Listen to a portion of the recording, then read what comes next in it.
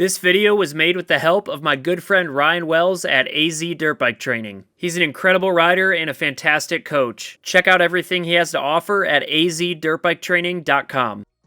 Oh my gosh, I am so bored here. I wish some skilled dirt biker would come ride down this gnarly hill for me. Oops, didn't see you there. I don't really know what to do with my hands. Yeah, okay. You're gonna go ride down this hill because that would be super cool. Yeah, whatever. I mean, it's not even that steep. Like, it's really yeah, not. Okay, let's talk more, dude. Let's see it, big boy. Let's go. Whoa, it's actually kind of steep.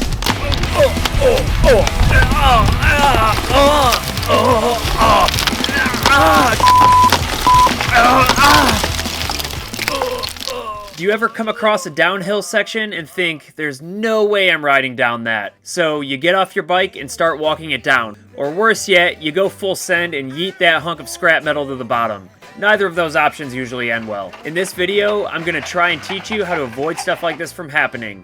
I can't promise that I can eliminate your fears and keep you from pulling your hair out stressing about downhills, but hopefully I can get you on the right track to trying them more safely. If you're one of the 2 out of 3 guys that experience male pattern baldness by 35, you won't have much hair left to pull out anyway. Thankfully, there's Keeps, and they're the sponsor of this video. With Keeps, you'll be connected with a licensed doctor that'll set you up with the proper hair loss prevention treatment. Your treatment will be shipped to your door every 3 months. Keeps is a more affordable option as it uses generic versions of the FDA-approved medications for hair loss. Prevention is key, so don't waste time. It can take around 6 months to see results. The sooner you start, the more hair you'll save.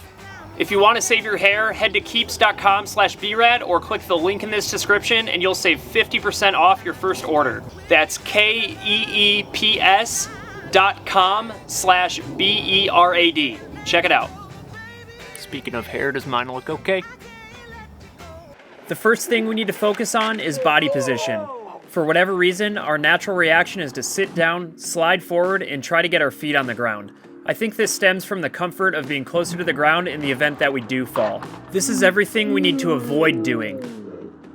Stand up with your feet firmly planted on your pegs. The basic goal is to keep your weight as far back as possible. Push against your bars and extend your hips back so that your knees don't come forward.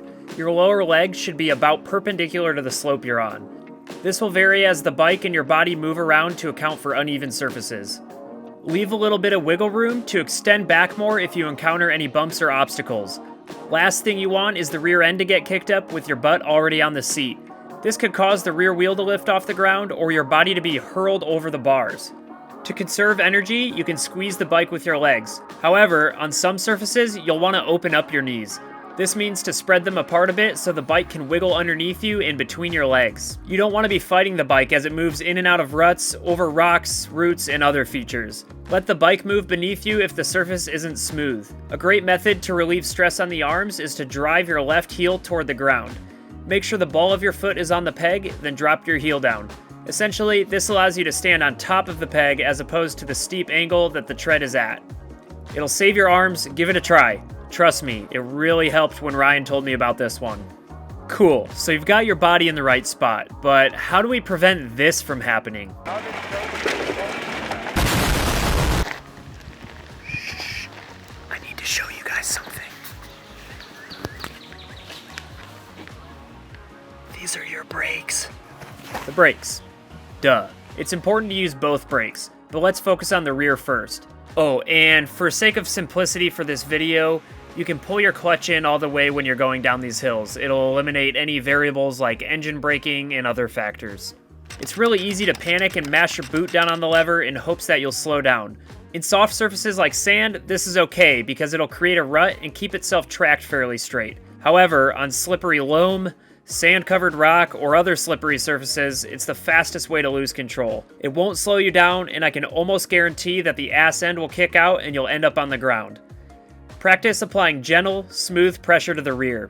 Get a feel for how much you can use without the wheel locking up. If it does lock, simply let off on the pressure slightly. You'll find that this restabilizes the bike and eventually keeps your speed in check. In reality, the rear brake isn't doing much for you on a downhill though. Even with your weight all the way back, the front wheel is where the majority of the force is being focused. Apply gradual, smooth pressure to the brake lever from the very top of the hill. Practice going as slow as possible from top to bottom so you can get a feel for the front wheel traction. When done properly, the wheel will be balanced right on the edge of locking up. It may even pause rotation briefly, but the trained finger will sense that and very lightly let off to allow it to spin again. Avoid any jerky or large inputs on the lever. It'll upset the forks and bounce the tire up and down, making it super tough to recover the traction and stability. Everything must be smooth. Oh yeah, use 1 or 2 fingers for maximum pleasure control of the bars. Remember, on unfamiliar hills, it's better to go slow at the top and roll faster toward the bottom than gain a lot of momentum right away, only to realize there's no way to regain control toward the end. That seemed to be the most common mistake that the people in the beginning of the video were making. Is all this talk of going as slow as possible boring you? Well, sometimes a little speed can actually help. In sand, for instance, a little bit of momentum helps greatly. With less front brake applied and more momentum, the front wheel will roll on top of the sand instead of digging in. This makes the bike much more stable. The extra momentum on sandy downhills also helps you float through cross ruts and bumps. Just keep in mind that in any case, more speed means more ouch when you go down. So keep it reasonable as you're figuring out your comfort zone. Give these tips a try, and I think you'll find that most downhills aren't so bad. Put some trust in the process and go in with confidence. Start small and work your way to steeper, more technical hills as you learn your bike's brakes and get comfortable with the body movements. Check out my website and blog, and don't forget to sign up for the newsletter so you can receive special offers on products. That's my strong foot.